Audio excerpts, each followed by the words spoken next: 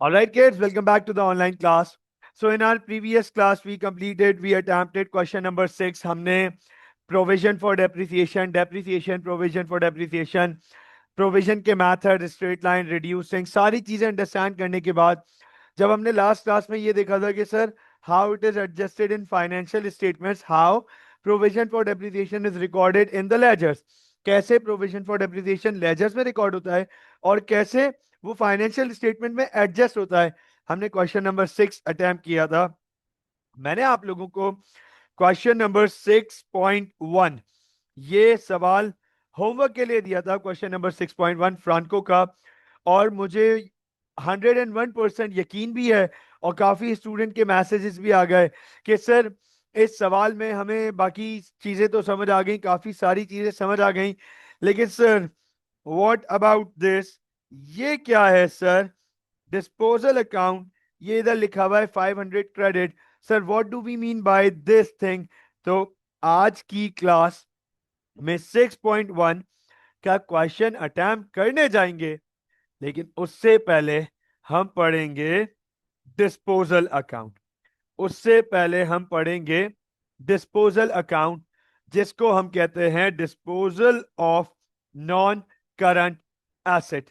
काफी detail topic है ये हमारा डिस्पोजल, डिटेल में पढ़ेंगे, अंडरस्टैंड करेंगे कि टॉपिक का मतलब क्या है, टॉपिक क्या कह रहा है, what do we mean by this term disposal, और सर ये ट्रायल बैलेंस में क्या कर रहा है, क्यों मौजूद है ट्रायल बैलेंस में, और अगर ये ट्रायल बैलेंस में मौजूद है हमें फाइनेंशियल स्टेटमेंट में उसे कैसे एडजस्ट करना है, आईएएस में कहां लिखेंगे, एसओएफपी में कहां लिखेंगे, ये अंडरस्टैंड करेंगे आज के टॉपिक में, और फिर 6.1 को अटैम्प्ट करने जाएंगे।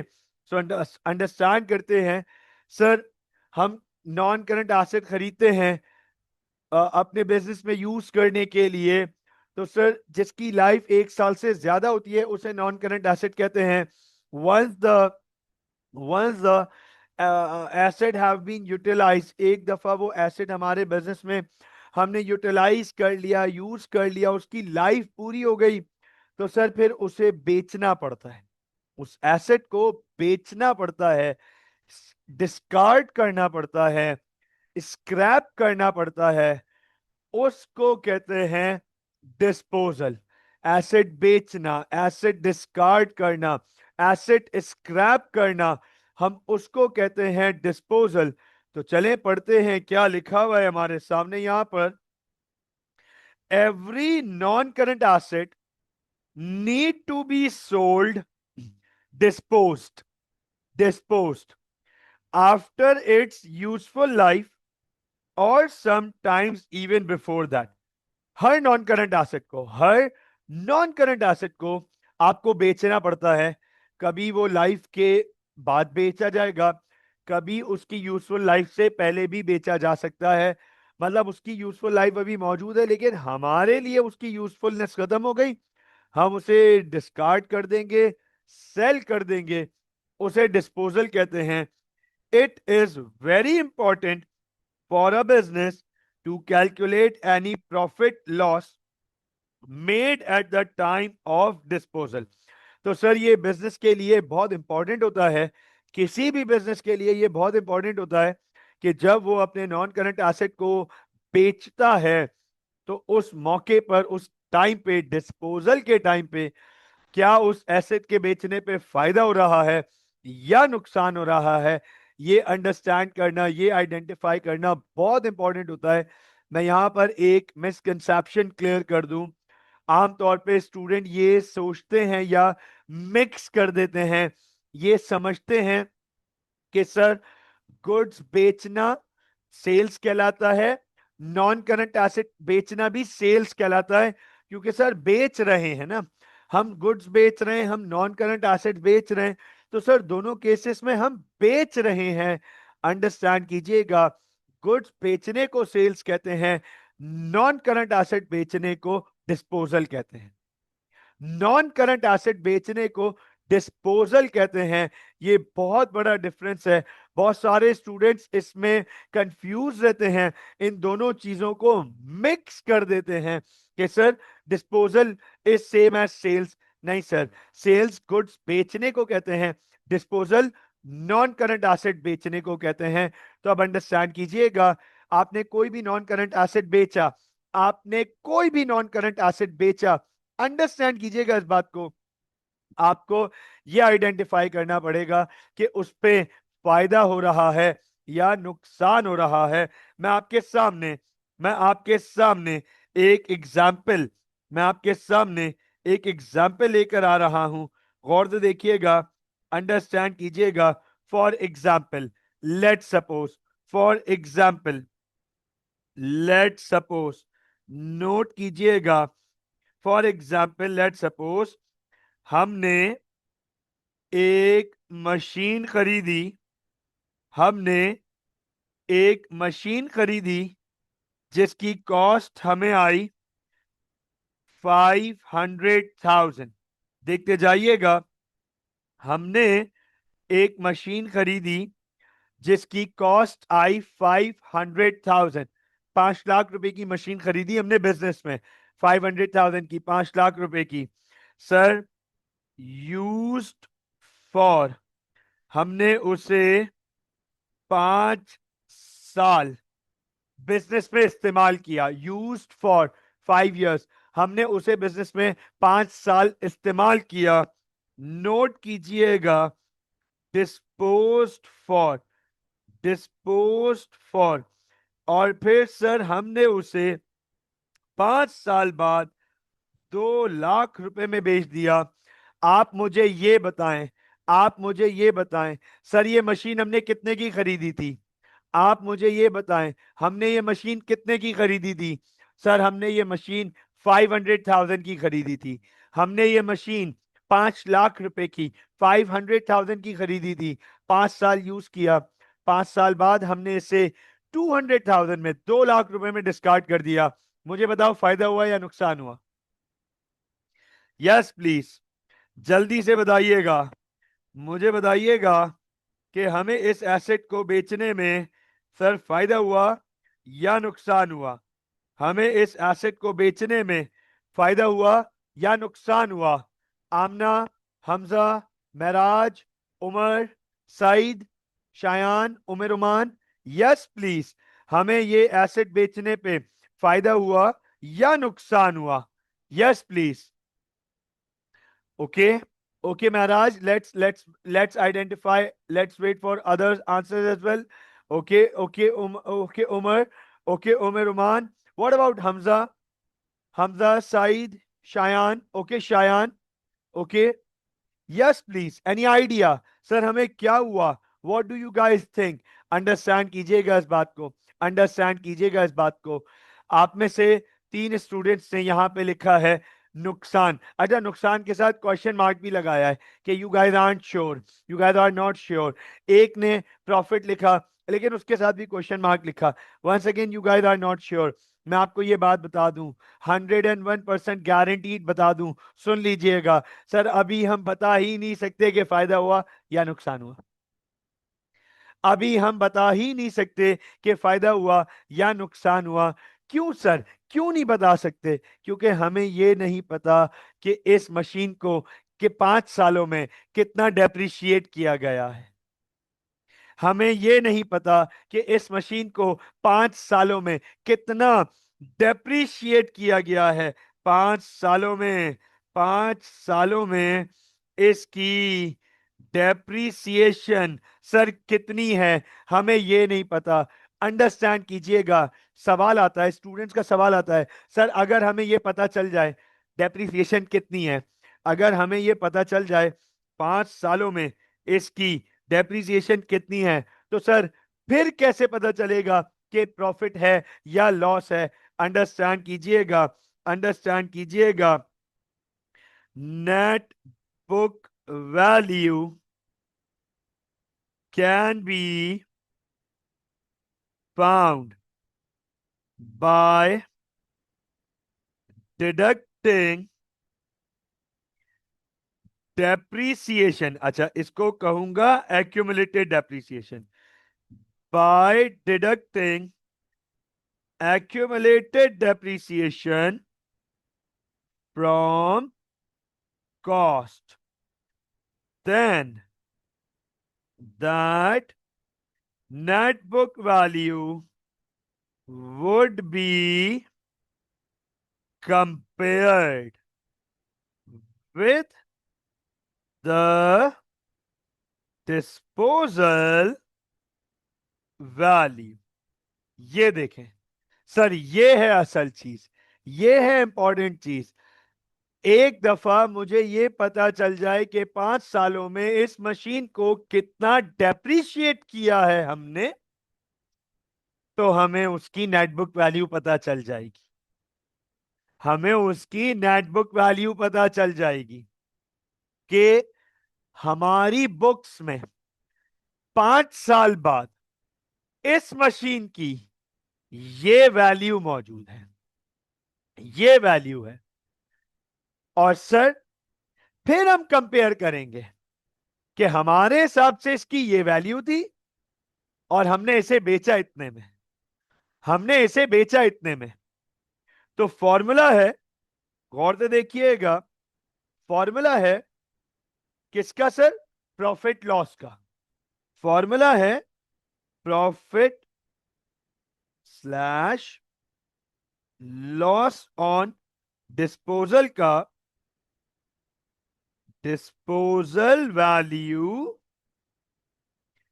Minus net book value. ये देख लें सर कि सर इतनी वैल्यू थी हमारी बुक्स में और हमने इतने में डिस्पोज किया है।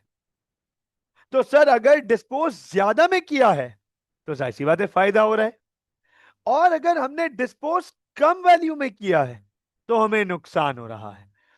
अगर डिस्पोजल वैल्यू ग्रेटर है नेट बुक वैल्यू से तो सर फिर हमें प्रॉफिट हो रहा है, लेकिन सर अगर डिस्पोजल वैल्यू कम है नेट बुक वैल्यू से तो हमें लॉस हो रहा है। सवाल आता है स्टूडेंट्स का कि sir what is this disposal value, what is the this term disposal value? Disposal value is the amount at which NCA is sold. जिस वैल्यू पे नॉन करंट एसेट बेचा जा रहा है उसे हम डिस्पोजल वैल्यू कहते हैं। सो आई होप कि आपको कॉन्सेप्ट पिच इन हो गया कि सर डिस्पोजल क्या होता है, क्या मकसद है। अब सर सवाल आ जाता है कि सर कोई वर्किंग हो जाए, कोई कोई प्रैक्टिस हो जाए, कोई न्यूमेरिकल सामने आ जाए तो सर चीजें और क्लियर हो जाएंगी। अभी तक सिर्फ आपको पिच इन किया है कि what do we mean by disposal, disposal होता क्या है। अभी हमें आगे ये भी समझना है कि सर ये ट्रायल बैलेंस में क्या कर रहा है, ये ट्रायल बैलेंस में क्या कर रहा है, और सर अगर ये ट्रायल बैलेंस में मौजूद है तो सर फिर हमें क्या करना है ये भी हम समझेंगे। लेकिन पहले जरा डिस्पोजल का एक न्यूमेरिकल देखते हैं। चलते हैं डिस्पोजल की एक एग्जाम्पल की तरफ। आपके सामने एक एग्जाम्पल केस है, नोट कीजिएगा। कोई कोई नॉन करंट एसेट है जो हमने खरीदा 100,000 का। हम ये बात पहले भी पढ़ चुके हैं, हम ये बात डेप्रिसिएशन के टॉपिक में पढ़ चुके हैं, लास्ट 2-3 क्लासेस से यही पढ़ रहे हैं कि sir cost never changes, cost never changes, cost कभी भी चेंज नहीं होती। सर कॉस्ट तो 100,000 ही रहेगी, कॉस्ट 100,000 ही रहेगी। लेकिन सर ये जो भी एसेट है, ये जो भी नॉन करंट एसेट है, इसकी कॉस्ट 1,00,000 रुपए है। इसकी पहले साल डेप्रिसिएशन थी 15,000, दूसरे साल टोटल डेप्रिसिएशन हो गई 30,000। इसका मतलब दूसरे साल भी 15,000 की डेप्रिसिएशन इस पर रिकॉर्ड की गई, तो टोटल डेप्रिसिएशन 2 सालों की 30,000 हो गई। 3 सालों की टोटल डेप्रिसिएशन 45,000 हो गई। इसका मतलब थर्ड ईयर भी इस नॉन करंट एसेट पे 15,000 की डेप्रिसिएशन रिकॉर्ड की गई। दैट मींस नजर आ रहा है, बहुत क्लियरली नजर आ रहा है, that is a straight line method. बहुत क्लियरली नजर आ रहा है, that is a straight line method, right. अब आप गौर से देखो, आप गौर से देखो, at the end of year 1, बच्चों, at the end of year 1 this non current asset is valued at 85,000 हमारे हिसाब से। At the end of year 2 at 70,000 हमारे हिसाब से, हमारी बुक्स में। तभी इसको कहते हैं नेट बुक वैल्यू हमारी बुक्स में। और sir eight the end of the year 3 it is valued eight 55,000। Eight the end of year 3 it is valued eight 55,000। अब आप मुझे ये बताएं, बहुत सिंपल सा सवाल पूछ रहा हूं, बहुत सिंपल सा। 3 साल बाद हमारी बुक्स में इस एसेट की क्या वैल्यू है? 3 साल बाद, 3 साल बाद हमारी बुक्स में इस नॉन करंट एसेट की क्या वैल्यू है? क्या वैल्यू है? Yes please. 55K। Very good. 55K। हमारे हिसाब से हमारी बुक्स में इसकी वैल्यू है 55,000। जरा ये बताएं, जरा ये बताएं, सिनेरियो 1 में हम इसे कितने का बेच रहे हैं? सर सिनेरियो 1 में हम इसे कितने का बेच रहे हैं? सर हम इसे 65,000 का बेच रहे हैं। हम इसे 65,000 का बेच रहे हैं। अच्छा आप मुझे खुद बता दो, खुद बता दो, 55,000 की चीज आप 65,000 में बेचोगे, क्या हो रहा है? आप खुद बता दो। 55,000 की चीज आप 65,000 में बेच दो, राइट? प्रॉफिट हो रहा है, मुनाफा हो रहा है, 10K प्रॉफिट हो रहा है, राइट? प्रॉफिट हो रहा है। सर, सर प्रूफ करके भी दिखा देता हूं, प्रूफ करके भी दिखा देता हूं, प्लीज नोट कीजिएगा, अभी आपके सामने प्रूफ करके दिखा देता हूं। प्रॉफिट इज इक्वल टू, ये फॉर्मूला तो, ये फॉर्मूला तो यहां पे as it is carry forward हो जाएगा। तो नोट कीजिएगा, disposal value minus net book value. Note कीजिएगा, disposal value minus net book value. तो अब आप मुझे बताएं, सर डिस्पोजल वैल्यू कितनी है सवाल में? 65,000 माइनस 55,000। गौर से देखिएगा सर, वैल्यू पॉजिटिव आई 10,000, 10,000। तो सर ये कहलाता है प्रॉफिट ऑन डिस्पोजल, ये कहलाता है प्रॉफिट ऑन डिस्पोजल। अंडरस्टैंड कीजिएगा। अब बताओ सिनेरियो 2 में हमने इसे कितने का बेचा? बताओ भाई, सिनेरियो 2 में हमने इसे कितने का बेचा? सर सिनेरियो 2 में हमने इसे 35,000 का बेचा। देखते जाइएगा, सिनेरियो 2 में सर हमने इसे 35,000 का बेचा, जबकि इसकी वैल्यू थी 55,000। आप खुद बताओ, फायदा हुआ या नुकसान हुआ? आप खुद बता दो। सर इस सिनेरियो में फायदा हो रहा है या नुकसान हो रहा है? सर नुकसान हो रहा है। सर 35,000 में बेच रहे हैं, जबकि वैल्यू है 55,000। तो सर नुकसान हो रहा है 20,000 का। प्लीज गौर से देखिएगा। अब सर ये प्रॉफिट और लॉस कैलकुलेट करना तो समझ आ गया, कैसे कैलकुलेट करते हैं वो तो समझ आ गया। सर ये प्रॉफिट और लॉस निकाल के करते क्या हैं? सर प्रॉफिट और लॉस निकाल के करते क्या हैं? नोट कीजिएगा, गौर से देखिएगा। Profit on disposal is shown as a credit balance in trial balance and is added to other income in income statement। अब आप गौर से देखें क्या लिखा है, क्या लिखा है? Sir profit, profit is shown as a credit balance in trial balance. ये ट्रायल बैलेंस में एज अ क्रेडिट बैलेंस दिखाया जाता है, ये ट्रायल बैलेंस में एज अ क्रेडिट बैलेंस दिखाया जाता है। अगर आप ट्रायल बैलेंस में डिस्पोजल देखें और वहां क्रेडिट दिखाओ तो आपको पता चल जाना चाहिए ये प्रॉफिट है, इसे हम अदर इनकम में ऐड करेंगे, हमें फायदा हो रहा है, अदर इनकम में ऐड करेंगे। सर क्या इसका ऑपोजिट हो सकता है?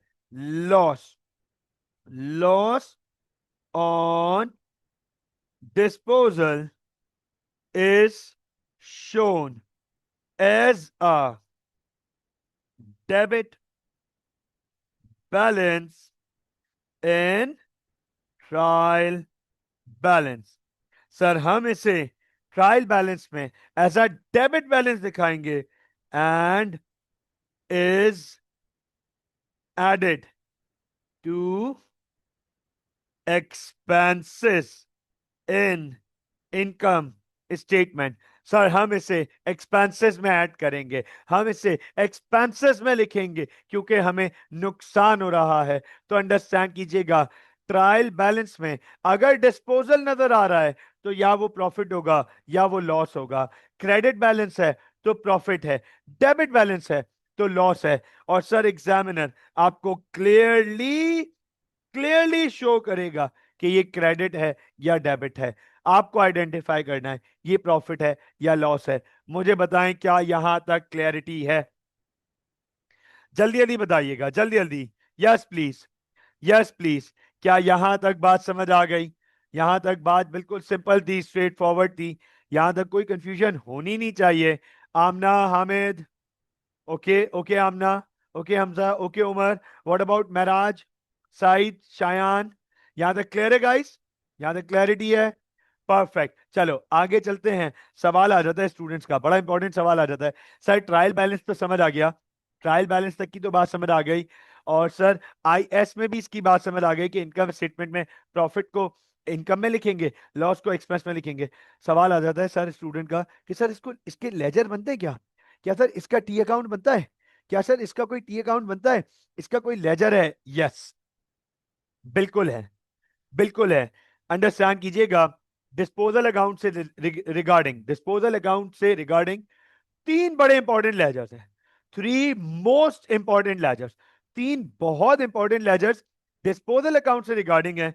सबसे पहला, गौर से देखिएगा सर, सबसे पहला जो लेजर है वो है non current asset at cost account. सबसे पहला लेजर है non current asset at cost. कोई भी non current asset, land and building, motor vehicle, premises, machinery, computer, fixture and fittings, at cost, at cost, उनकी cost का account. Number two, provision for depreciation account. Sir दूसरा account हमारे पास उस non current asset का जिस non current asset को हम बेच रहे हैं, जिस नॉन करंट एसेट को हम बेच रहे हैं, उस नॉन करंट एसेट का प्रोविजन फॉर डेप्रीसिएशन अकाउंट। उस नॉन करंट एसेट का मैं काम करता हूं, यहां पे लिख भी देता हूं, NCA provision for depreciation account. और सर फिर तीसरा अकाउंट बनता है हमारे पास डिस्पोजल अकाउंट। ये तीन अकाउंट्स बहुत इंपॉर्टेंट हैं। आज हमारा सारा फोकस इस अकाउंट के ऊपर होगा, आज हमारा सारा फोकस इस अकाउंट के ऊपर होगा, डिस्पोजल अकाउंट के ऊपर। सर डिस्पोजल अकाउंट बनाने के तीन स्टेप्स हैं, डिस्पोजल अकाउंट बनाने के तीन स्टेप्स हैं, थ्री स्टेप्स हैं। सर कौन कौन से स्टेप्स हैं? गौर से देख लीजिएगा। स्टेप नंबर वन, पहला स्टेप, पहला स्टेप आपके सामने स्टेप्स लिख रहा हूं। अच्छा आपसे सवाल पूछता हूं, आपसे सवाल पूछता हूं, ये बताओ, नॉन करंट एसेट जब हम बेच रहे हैं, नॉन करंट एसेट जब हम बेच रहे हैं, तो बताओ एनसीए नॉन करंट एसेट हमारे पास आ रहा है या हमारे पास से जा रहा है? आप बताएं। जब हम नॉन करंट एसेट बेच रहे हैं तो नॉन करंट एसेट हमारे बिजनेस में आ रहा है या नॉन करंट एसेट हमारे पास से जा रहा है? हाँ भाई, नॉन करंट एसेट जा रहा है। अच्छा एक बात बताओ, एसेट्स की वैल्यू बढ़ रही है या कम हो रही है? एसेट्स की वैल्यू बढ़ रही है या कम हो रही है? कम हो रही है। बताओ एसेट कम होता है कहां रिकॉर्ड करते हैं? बताएं, एसेट कम होता है कहां रिकॉर्ड करते हैं? एसेट कम होता है क्रेडिट रिकॉर्ड करते हैं। वेरी गुड, क्रेडिट रिकॉर्ड करते हैं। ये देखना, ये देखना सर, अभी आपके सामने लिखने जा रहा हूं, अभी आपके सामने लिखने जा रहा हूं, गौर से देखिएगा। Debit the disposal account and credit the NCA at cost account with original cost। आप इसको फोकस करो जरा। अब आप इसको फोकस करो। हमने एनसी अकाउंट को क्रेडिट किया, हमने नॉन करंट एसेट अकाउंट को क्रेडिट किया। क्यों क्रेडिट किया? क्योंकि सर एसेट जा रहा है, एसेट की वैल्यू कम हो रही है। एसेट जा रहा है, एसेट की वैल्यू कम हो रही है, इसलिए क्रेडिट किया हमने एनसीए को। और किस वैल्यू से ये काम करेंगे? ओरिजिनल कॉस्ट वैल्यू से। किस वैल्यू से ये काम करेंगे? ओरिजिनल कॉस्ट वैल्यू से करेंगे। ये स्टेप नंबर 1 है, ये स्टेप नंबर 1 है। अब आप मुझे ये बताओ, सिर्फ ये देख के बता दो, ये स्टेप नंबर 1 देख के बता दो, डिस्पोजल अकाउंट को यहां क्या कर रहे हैं हम? डिस्पोजल अकाउंट को यहां क्या कर रहे हैं हम? सर डिस्पोजल अकाउंट को डेबिट कर रहे हैं, डिस्पोजल अकाउंट को डेबिट कर रहे हैं। इसका मतलब जो नॉन करंट एसेट हम बेचते हैं, जो नॉन करंट एसेट हम बेचते हैं, उसे पहले डिस्पोजल में ट्रांसफर करते हैं, उसे पहले डिस्पोजल में ट्रांसफर करते हैं। हम उसे डिस्पोजल में ट्रांसफर करेंगे, हम उसे डिस्पोजल में ट्रांसफर करेंगे। इसका मतलब है हम अपनी बुक्स में से हटा रहे हैं उस नॉन करंट एसेट को, उस नॉन करंट एसेट को अपनी बुक्स में से रिमूव कर रहे हैं, डिस्पोजल में ट्रांसफर करेंगे। तो डिस्पोजल को डेबिट करेंगे। लेट सपोज ये machine, let suppose machine account. तो सर मशीन हमने 500,000 की खरीदी थी, ये मशीन हमने 5 लाख की खरीदी थी। डिस्पोजल अकाउंट में से डेबिट किया, मशीन अकाउंट को क्रेडिट किया, मशीन में से वैल्यू निकाल ली, डिस्पोजल में ट्रांसफर कर दी। Step number 1। आगे देखिएगा, स्टेप नंबर 2। अब सर स्टेप नंबर 2 में क्या करेंगे? ये भी आपसे सवाल पूछूंगा, फिर इसका जवाब दूंगा या स्टेप लिखूंगा। ये बताएं, बिल्कुल सिंपल सा सवाल है, ये बताएं, नॉन करंट एसेट जा रहा है, नॉन करंट एसेट जा रहा है, क्या उसकी प्रीवियस डेप्रिसिएशन हमारी बुक्स में मौजूद होगी? नॉन करंट एसेट जा रहा है, क्या प्रीवियसली उसके पिछले सालों में, क्योंकि हमने उसे यूज किया होगा, तो क्या उसकी डेप्रिसिएशन हमारी बुक्स में रिकॉर्डेड होगी? क्या उसकी डेप्रिसिएशन हमारी बुक्स में मौजूद होगी? होगी ना? क्या उसे रखना चाहिए उस डेप्रिसिएशन को अपनी बुक्स में? क्या उस डेप्रिसिएशन को अपनी बुक्स में रखना चाहिए? भाई जब एसेट ही नहीं है तो उसको डेप्रिसिएशन को भी तो हटाना पड़ेगा। अंडरस्टैंड कीजिएगा कितना सिंपल सा सवाल है। Hamid, Hamid are you there with us बेटा? हाँ भाई, ये बताइएगा मुझे, ये बताइएगा मुझे, बहुत सिंपल सा सवाल है मेरा कि सर जब एक एसेट है ही नहीं हमारी बुक्स में, तो क्या उसकी डेप्रिसिएशन हमें हमारी बुक्स में रखनी चाहिए? नहीं सर, नहीं सर, उसकी डेप्रिसिएशन को भी हटाना पड़ेगा, उसकी डेप्रिसिएशन को भी बुक से रिमूव करना पड़ेगा, बुक से रिमूव करना पड़ेगा। मुझे एक बात बताओ, एक सिंपल सा सवाल, हम डेप्रिसिएशन को बुक्स में से रिमूव कर रहे हैं, बताओ एक्यूमुलेटेड डेप्रिसिएशन बढ़ रही है या कम हो रही है? टोटल डेप्रिसिएशन बढ़ रही है या कम हो रही है? आप खुद दिमाग लगाएं। जब हम बुक्स में से हटा रहे हैं डेप्रिसिएशन, तो हमारी बुक्स में टोटल डेप्रिसिएशन की वैल्यू बढ़ रही है या कम हो रही है? हाँ भाई, सर कम हो रही है, राइट, कम हो रही है। हाँ भाई उमर, कम हो रही है। साइद, हमारी बुक्स में से टोटल डेप्रिसिएशन कम हो रही है क्योंकि सर हम उस डेप्रिसिएशन को अपनी बुक्स में से रिमूव कर रहे हैं। मुझे ये बताओ, डेप्रिसिएशन बढ़ती है तो हम क्रेडिट रिकॉर्ड करते हैं, डेप्रिसिएशन कम होगी तो कहां रिकॉर्ड करेंगे? खुद दिमाग लगाएं। जब डेप्रिसिएशन बढ़ती है, जब डेप्रिसिएशन बढ़ती है तो हम उसे क्रेडिट रिकॉर्ड करते हैं। अब डेप्रिसिएशन कम होगी तो हम कहां रिकॉर्ड करेंगे? डेबिट। पढ़ लेना, देख लेना, पढ़ लेना, देख लेना। Debit the provision for depreciation account and credit the disposal account with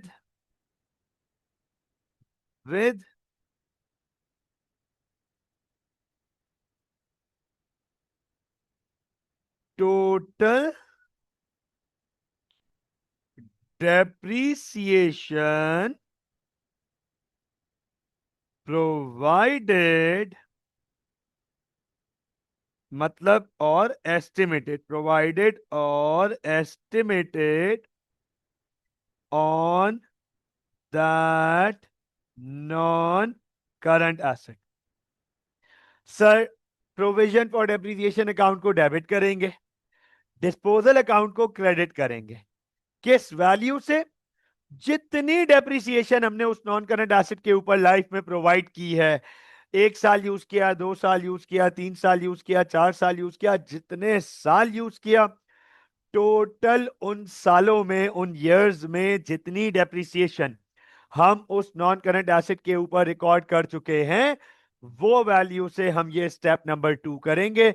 अब आप मुझे सिंपल बता दो, हम यहां डिस्पोजल अकाउंट को क्या कर रहे हैं? हम यहां डिस्पोजल अकाउंट को क्या कर रहे हैं? सर, हम डिस्पोजल अकाउंट को क्रेडिट कर रहे हैं, डिस्पोजल अकाउंट को क्रेडिट कर रहे हैं। नोट कीजिएगा, इस मशीन के ऊपर, इस मशीन के ऊपर पूरी लाइफ, टोटल लाइफ 2 लाख रुपए की डेप्रिसिएशन चार्ज हो चुकी है। Provision for depreciation. अच्छा, आप मुझे एक बात बताओ, अब आप मुझे एक बात बताओ, क्या आपको मशीन और उसकी डेप्रिसिएशन से नेट बुक वैल्यू मिल जाएगी? क्या आपको मशीन कॉस्ट से और उसकी एक्यूमुलेटेड डेप्रिसिएशन से यहीं पे सामने ही सामने नेट बुक वैल्यू नजर आ रही है? कोई वैल्यू बताएगा नेट बुक वैल्यू कितनी है? नेट बुक वैल्यू बताएंगे इसकी? इस मशीन की नेट बुक वैल्यू कितनी है? What is the net book value of this machine? What is the net book value of this machine? क्या बात है महराज, वेरी गुड बेटा, बिल्कुल ठीक है। उमर, बिल्कुल ठीक है, जबरदस्त। हमजा, बिल्कुल ठीक है, एब्सोल्युटली राइट। Sir, 300K, 300,000। तो नोट करो, अंडरस्टैंड करना, अंडरस्टैंड करना। हमने अभी थोड़ी देर पहले ही पढ़ा, थोड़ी देर पहले पढ़ा कि सर, नेट बुक वैल्यू ढूंढनी पड़ती है, फिर उस नेट बुक वैल्यू को डिस्पोजल वैल्यू से कंपेयर करना पड़ता है। अब आप यहां देखिएगा, स्टेप नंबर 3। अब जरा स्टेप नंबर 3 देख लीजिएगा, गौर से देख लीजिएगा स्टेप नंबर 3, वेरी इंपॉर्टेंटली। अच्छा, ये बताओ, एसेट बेचेंगे तो पैसे आएंगे या जाएंगे? एसेट बेचेंगे तो पैसे आएंगे या जाएंगे? हमने एसेट डिस्कार्ड किया, पैसे आएंगे या जाएंगे? सर, पैसे आएंगे। कैश बैंक की वैल्यू, कैश बैंक की वैल्यू बढ़ेगी, debit the cash bank account. Cash या बैंक अकाउंट को डेबिट करेंगे and credit the disposal account with value, या एक काम करते हैं, विथ डिस्पोजल वैल्यू। अब ये काम, ये स्टेप में हम डिस्पोजल वैल्यू यूज करेंगे। इस स्टेप में हम डिस्पोजल वैल्यू यूज करेंगे तो सर, पैसे आएंगे, cash bank debit, disposal account credit. तो सर, ये एसेट हमने लेट सपोज 4 लाख रुपए में बेचा, ये एसेट हमने, या एक काम करते हैं, 3.5 लाख रुपए में बेचा, ये एसेट हमने 3.5 लाख रुपए में बेचा। ये देखो, डिस्पोजल अकाउंट को क्रेडिट करेंगे बैंक के रेफरेंस से। क्या 50,000 का प्रॉफिट नजर आ रहा है? क्या 50,000 का, क्या 50,000 का प्रॉफिट नजर आ रहा है? उसको हम इनकम स्टेटमेंट में रिकॉर्ड करेंगे, लिखेंगे, and it will be recorded as profit, other income में रिकॉर्ड होगा। तो ये 3 स्टेप्स हैं डिस्पोजल अकाउंट बनाने के। मुझे बताएं, is this clear? Yes please. मुझे बताएं, इज दिस क्लियर? क्या यहां तक बात समझ आ गई? यहां तक क्लैरिटी है? यहां तक कंफ्यूजन नहीं? जबरदस्त हो गया। अब हमें जाहिर सी बात है इसकी प्रैक्टिस करेंगे, प्रैक्टिस के साथ साथ ये और क्लैरिटी होती चली आएगी। चलते हैं अपने क्वेश्चन नंबर 6.1 की तरफ। 6.1, Franco. 6.1, Franco. Franco is in business as a sole trader. The following balances were extracted from his books on 31st January 2014. Franco एक बिजनेस है, एक सोल ट्रेडर है और इंफॉर्मेशन दे रहा है हमें।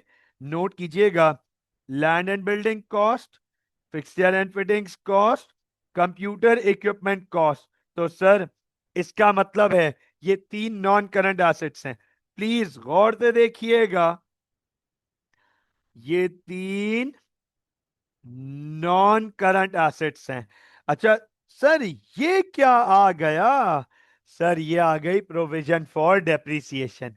और अब मैं आपको एक चीज बता दूं, this is the first time आप ट्रायल बैलेंस में, इस सेशन में ये पहली दफा है कि आप ट्रायल बैलेंस में डेप्रिसिएशन देख रहे हो। आप ट्रायल बैलेंस में प्रोविजन फॉर डेप्रिसिएशन देख रहे हो। इसका मतलब बता देता हूं, इसका मतलब बता देता हूं, नोट कर लीजिएगा सर। इसका मतलब है total depreciation recorded on each non-current asset in previous years। पिछले सालों में इन नॉन करंट एसेट्स के ऊपर हमने जितनी डेप्रिसिएशन रिकॉर्ड की है वो ये है। लैंड एंड बिल्डिंग 150,000 की वैल्यू रखता है, हमने उस पे 20,000 की डेप्रिसिएशन ऑलरेडी रिकॉर्ड कर ली है। फिक्सचर एंड फिटिंग्स की कॉस्ट है 30,000, हमने उस पे अब तक लाइफ में 13,500 डेप्रिसिएशन रिकॉर्ड कर ली है।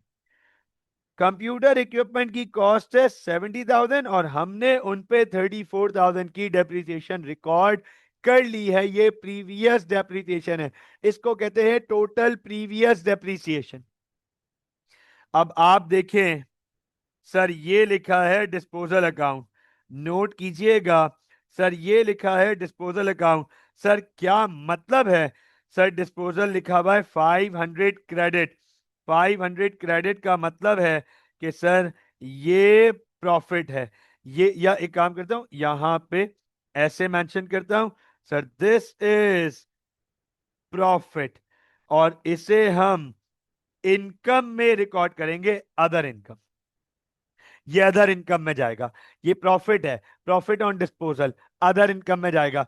अगर इस क्रेडिट की जगह डेबिट लिखा हुआ होता तो ये लॉस ऑन डिस्पोजल होता, एक्सपेंस में जाता। ये लॉस ऑन डिस्पोजल होता, एक्सपेंस में जाता। आगे देखिएगा, 8% बैंक लोन, और ये बैंक लोन वापस करना है 2020 में। बैंक लोन है 100,000, 100,000 का लोन है, 8% इंटरेस्ट है। मतलब सर 8,000, 8,000 इंटरेस्ट एक्सपेंस कहलाएगा। 8,000, 8,000 इंटरेस्ट एक्सपेंस, 8,000 इंटरेस्ट एक्सपेंस कहलाएगा। फ्रांको हैज टू पे $8,000 of interest on this loan each year. ये फ्रांको 8% सर्विस ले रहा है और तो ये पेमेंट करनी है उसे। फिर बैंक, सर बैंक डेबिट लिखा हुआ है, इसका मतलब बैंक करंट एसेट है, बैंक करंट एसेट है। फिर ट्रेड रिसीवेबल्स हैं, फिर ट्रेड पेबल्स हैं, revenue, purchases, return inwards, return outwards, opening inventory, opening inventory, distribution expenses, insurance, light and heat, wages and salaries, marketing expense, general expense, commission received. अरे sir commission receive तो income है, commission receive तो income है। उसके बाद already recorded drawings और opening capital. मैं आपसे सिर्फ एक सवाल पूछूं, मैं सिर्फ आपसे एक सवाल पूछूं, क्योंकि ट्रायल बैलेंस हमने पूरा देख लिया, ट्रायल बैलेंस हमने ये पूरा देख लिया। सर ये सिंगल कॉलम ट्रायल बैलेंस, ये सिंगल कॉलम ट्रायल बैलेंस हम एक्सरसाइज हम क्वेश्चन 4.1 से करते हुए आ रहे हैं। 4.1, 4.2, 4.3, फिर टेस्ट में हमारे पास एक सवाल आया सिंगल कॉलम ट्रायल बैलेंस का मंथली टेस्ट 1 में। उसके बाद हमने 5.1, 5.2, 5.3 की। सर अब हम 6.1 कर रहे हैं। मैं आपसे सिंपल सा एक सवाल पूछूं, क्या क्या इस प्रोविजन फॉर डेप्रिसिएशन और इस डिस्पोजल के कोई भी नई चीज है ट्रायल बैलेंस में? आप देख लो एक दफा, आप एक दफा देख लो, सुकून से तसल्ली कर लो, इत्मीनान कर लो। क्या इस प्रोविजन फॉर डेप्रिसिएशन के और डिस्पोजल अकाउंट के, क्या इनके अलावा कोई नई चीज है इस ट्रायल बैलेंस में? नहीं सर, कोई भी नई चीज नहीं है। बाकी हम सब पहले पढ़ चुके हैं, बाकी हम पहले सब कुछ पढ़ चुके हैं। सर इस सवाल में ये तीन ऑलरेडी मतलब टोटल प्रीवियस एप्लीकेशन और डिस्पोजल, ये हमारे सामने ऐड ऑन हुआ है। आगे चलते हैं, एडिशनल इंफॉर्मेशन हैं और बहुत सारी हैं, ठीक ठाक हैं, पढ़ते हैं, देखते हैं क्या एडिशनल इंफॉर्मेशन है और फिर उन्हें आईएस और एसओएफपी में एडजस्ट कैसे करना है। नोट कीजिएगा, गौर से देखिएगा। सर ये आ गई क्लोजिंग इन्वेंट्री। आप सबको पता है कि sir this is closing inventory, आप सबको पता है this is closing. Then in second adjustment में हमें कह रहा है wages and salaries includes 15,000 drawings by Franco. अच्छा कितना क्लियरली बता रहा है, फ्रांको ने ड्राइंग्स की हैं, बहुत क्लियरली बता रहा है। इसमें कोई दो ओपिनियन नहीं है, कोई दो ओपिनियन नहीं है, फ्रांको ने ड्राइंग्स की हैं। सर ड्राइंग्स में रिकॉर्ड होना चाहिए था, ड्राइंग्स में रिकॉर्ड होना चाहिए था। बुक कीपर ने गलती से इसे कहां रिकॉर्ड कर दिया?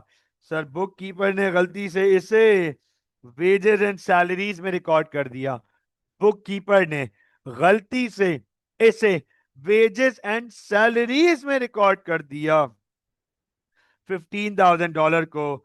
तो सर क्या ये वेजेस एंड सैलरीज हैं?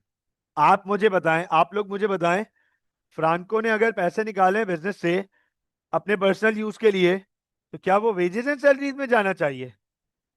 क्या वो वेजेस एंड सैलरीज में जाना चाहिए? नो सर, नहीं है ना, नहीं सर, नहीं, नो सर, राइट। तो क्या मैं ये कह कहूं कि वेजेस एंड सैलरीज ओवरकास्ट हुई हुई हैं, ओवर स्टेटेड हुई हुई हैं?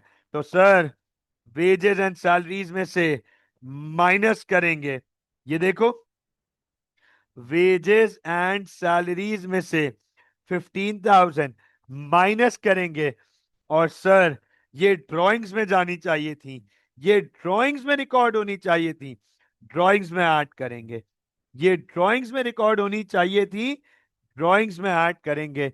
ये है वर्किंग एडिशनल इंफॉर्मेशन नंबर 2 की। So I hope that this is very clear.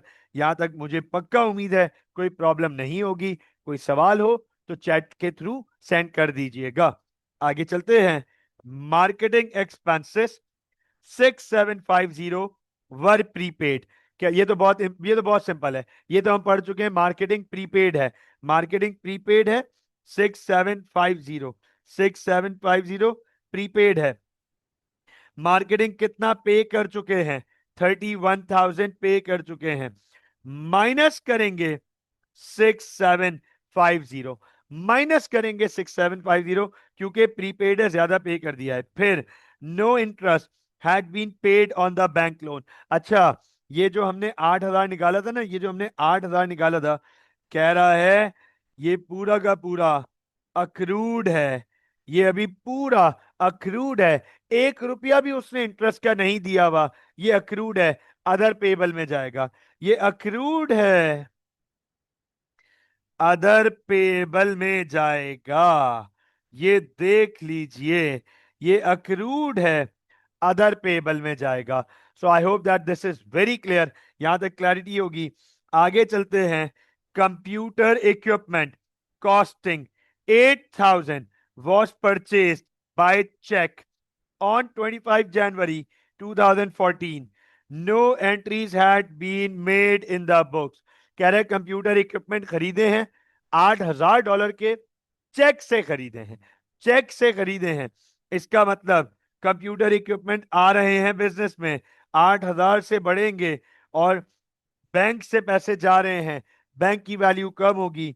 तो नोट कीजिएगा, कंप्यूटर इक्विपमेंट जिनकी वैल्यू है 70,000, 8,000 और ऐड करेंगे हम, 8,000 और ऐड करेंगे, क्योंकि सर ये रिकॉर्डिंग ही नहीं हुई भी, क्योंकि सर ये रिकॉर्डिंग ही नहीं हुई भी, 8,000 और ऐड करेंगे। और सर पैसे बैंक से जा रहे हैं, माइनस करेंगे, पैसे बैंक से जा रहे हैं, माइनस करेंगे, बैंक से वैल्यू कम होगी, बैंक की वैल्यू कम होगी।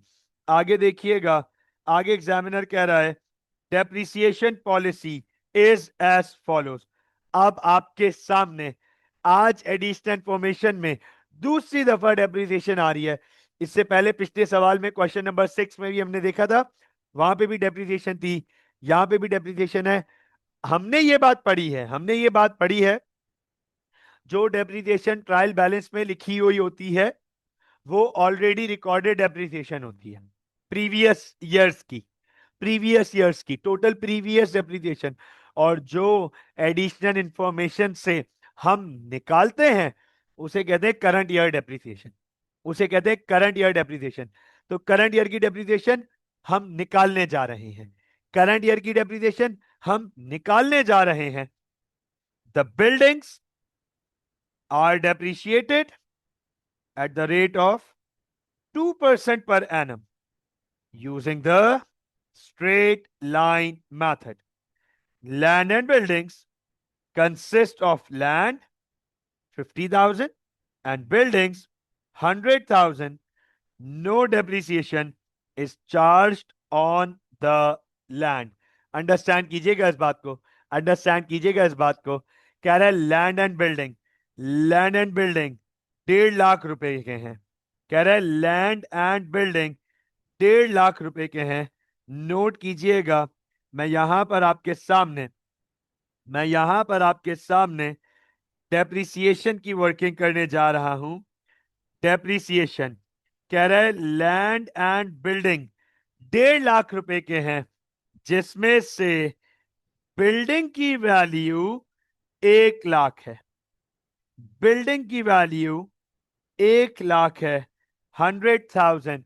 नोट कीजिएगा, और कह रहा है बिल्डिंग पे 2% per annum, 2% per annum straight line लगता है।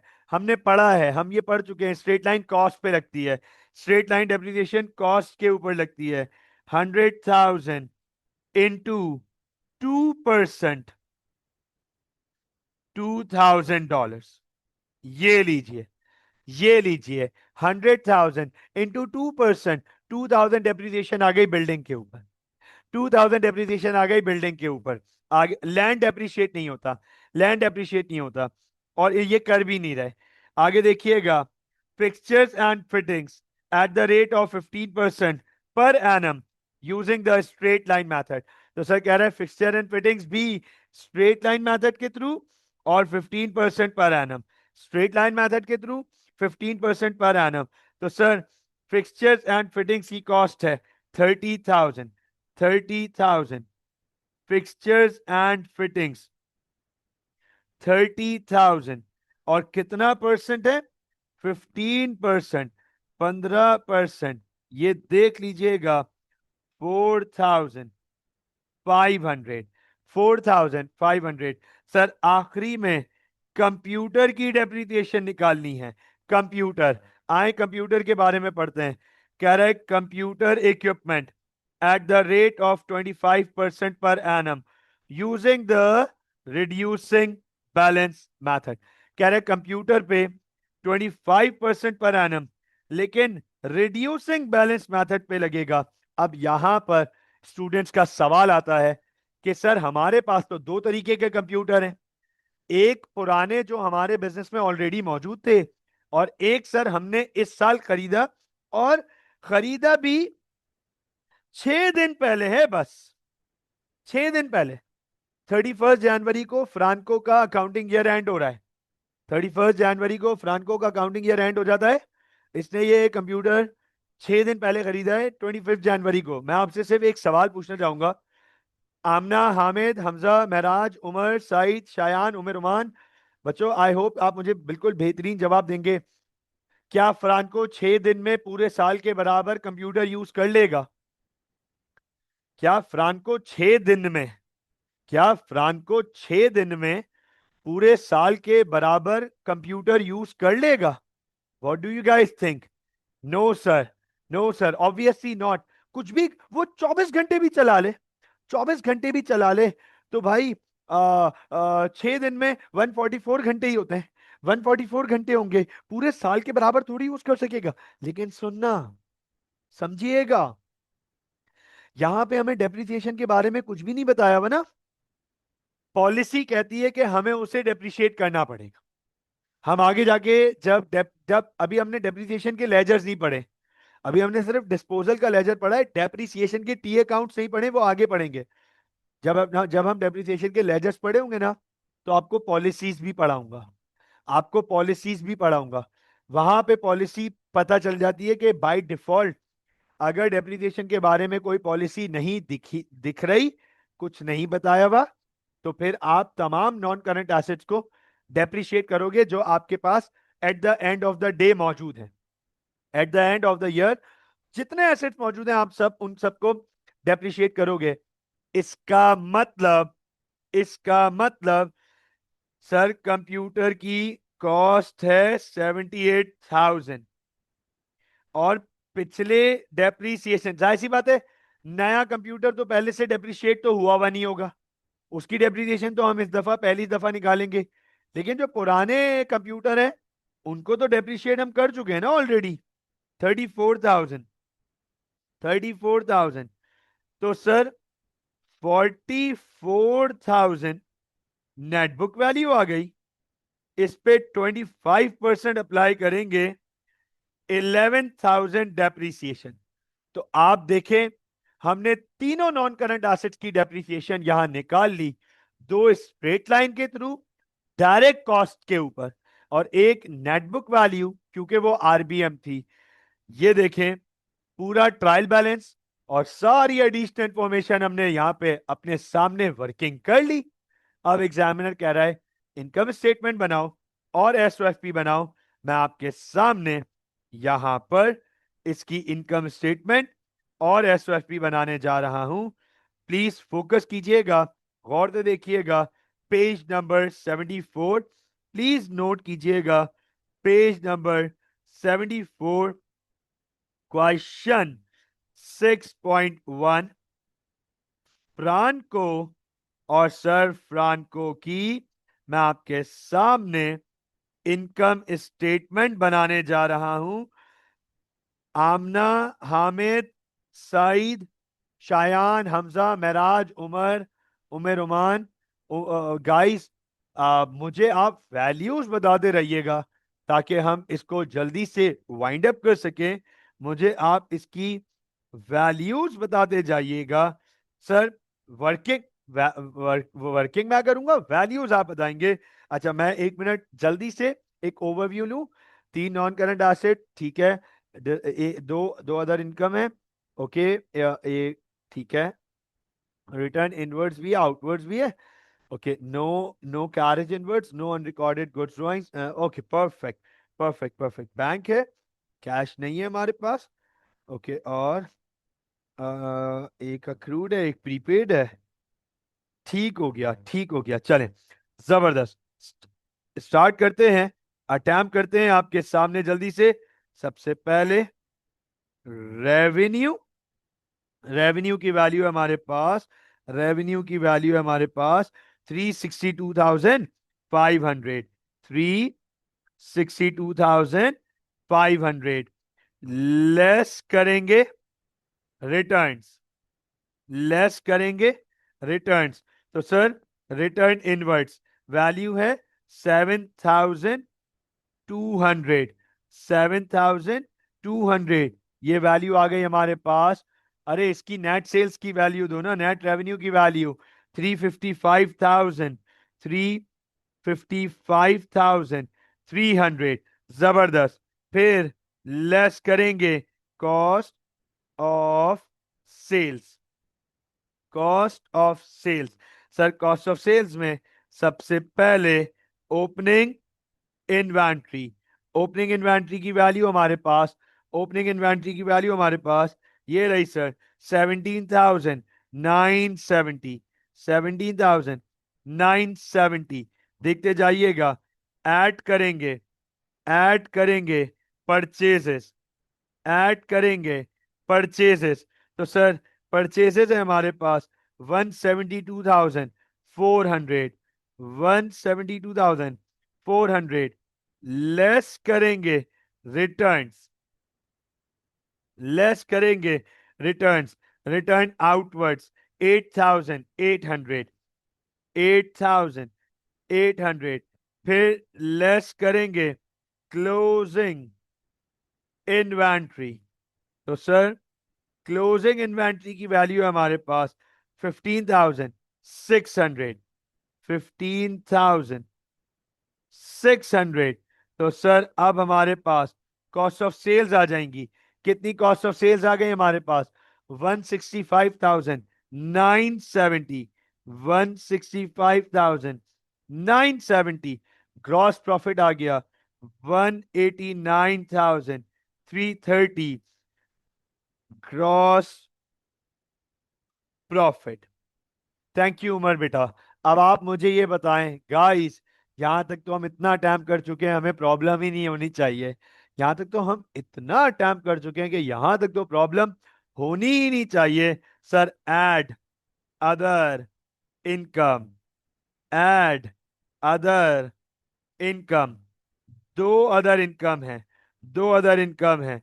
एक प्रॉफिट ऑन डिस्पोजल और दूसरा कमीशन इनकम, दूसरा commission income.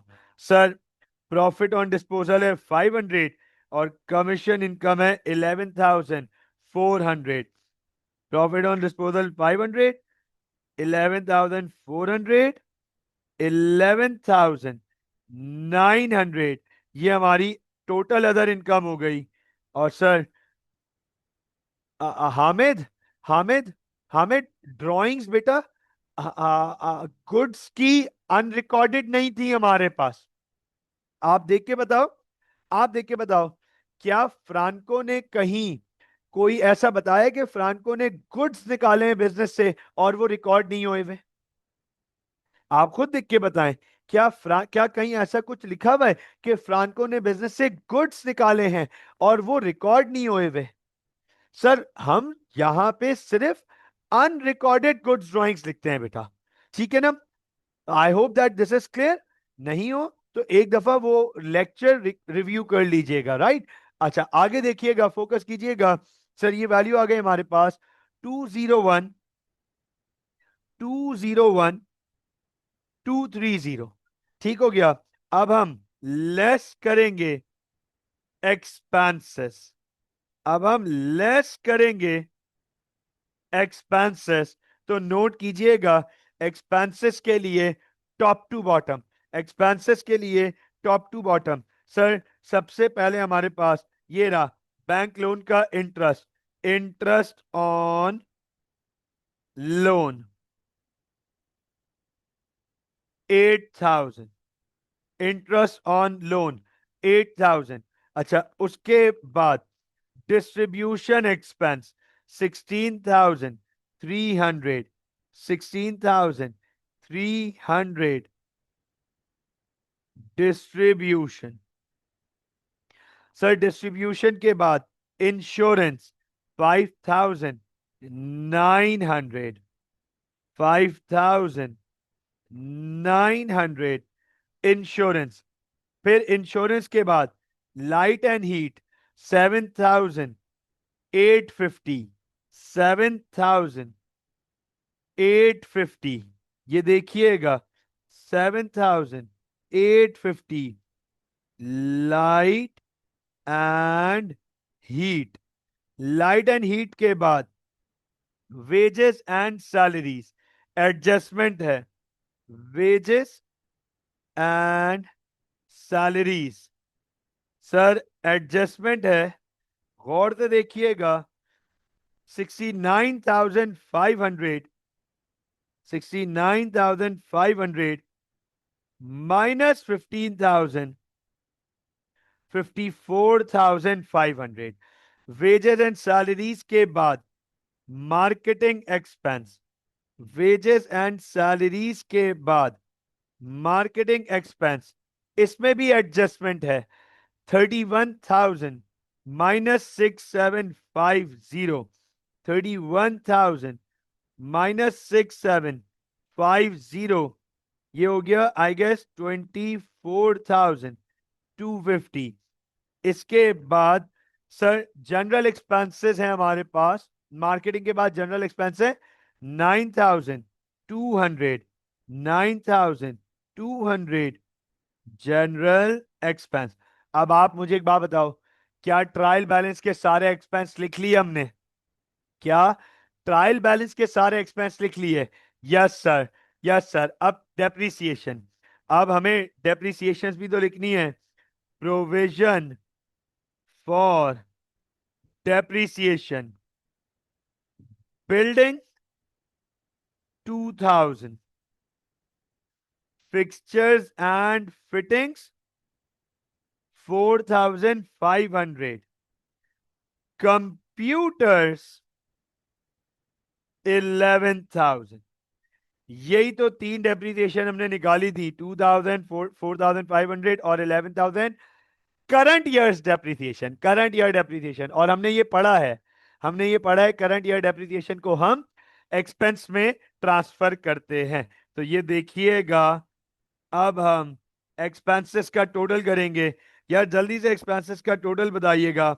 What is the total of expenses? 143,500, 143,500 sir minus करेंगे 57,730, यह आ गया प्रॉफिट फॉर द ईयर, यह आ गया प्रॉफिट फॉर द ईयर। गौर से देखिएगा सर, अब अगले पार्ट में एग्जामिनर हमसे एसओएफपी मांग रहा है। यहां पर एसओएफपी बना देता हूं आपके सामने, फोकस कीजिएगा। सर एसओएफपी आप सबको बता चुका हूं, 3 कॉलम्स होती है। नेट बुक वैल्यू, यहां आएगी एक्यूमुलेटेड डेप्रिसिएशन, और सर यहां पर कॉस्ट। सबसे पहले नॉन करंट एसेट्स, सबसे पहले नॉन करंट एसेट्स। तो नॉन करंट एसेट्स में cost, accumulated depreciation, 3 columns. Non current asset में 3 कॉलम्स होते हैं, cost, accumulated depreciation, net book value. Note कीजिएगा सर, सबसे पहले हमारे पास buildings, land and buildings. Sir land and building की टोटल कॉस्ट है दोनों मिलाकर 150,000। लैंड है 50,000, बिल्डिंग्स है 100,000, दोनों मिला के 150,000 है। ये देख लीजिएगा, ये देख लीजिएगा, लैंड एंड बिल्डिंग पे पहले से 20,000 की डेप्रिसिएशन है, पहले से 20,000 की है, इस साल की 2,000 की, टोटल डेप्रिसिएशन हो गई 22,000। नेट बुक वैल्यू आ गई 128,000। देख लीजिए 128,000। लैंड एंड बिल्डिंग के बाद fixtures and fittings, fixtures and fittings. Sir fixture and fittings की कॉस्ट है 30,000, कॉस्ट है 30,000, और पहले से डेप्रिसिएशन है 13,500, इस साल की डेप्रिसिएशन है 4,500। टोटल डेप्रिसिएशन हो गई 18,000, 18,000, 12,000 की नेटबुक वैल्यू हो गई। 12,000 की नेट बुक वैल्यू हो गई।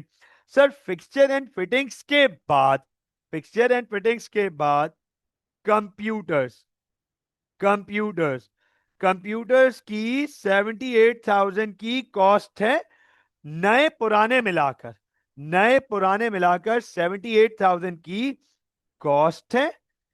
पहले से डेप्रिसिएशन है 34,000, इस साल की डेप्रिसिएशन है 11,000, टोटल हो गई 45,000।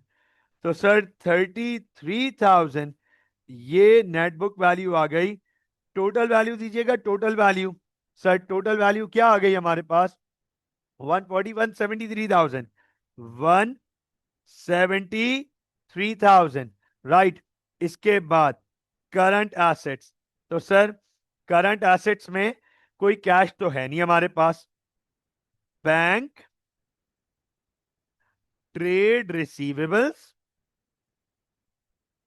ठीक है, अदर रिसीवेबल्स एंड इन्वेंट्री, ये देख लीजिएगा। Bank, trade receivables, other receivables, inventory. Bank में एडजस्टमेंट है, बैंक में एडजस्टमेंट है 17,430 माइनस 8,000, 17,430 माइनस 8,000, 9,430, ठीक है, 9,430। उसके बाद सर ट्रेड रिसीवेबल्स है हमारे पास 45,000, 45,000।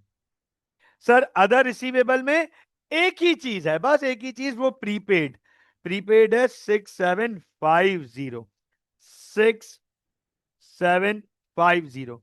और सर क्लोजिंग इन्वेंट्री है 15,600, 15,600। टोटल दीजिएगा मुझे, total, total of current asset बताइएगा, टोटल ऑफ करंट एसेट्स।